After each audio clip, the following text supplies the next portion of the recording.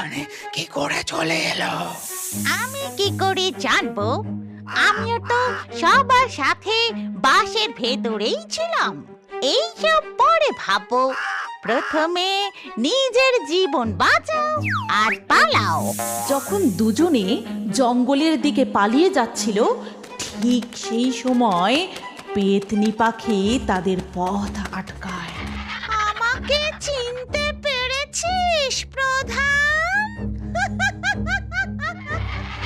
আরে প্রধান বাবু, আগে তো আপনার বলা উচিত ছিল যে এ আপনার পরিচিত।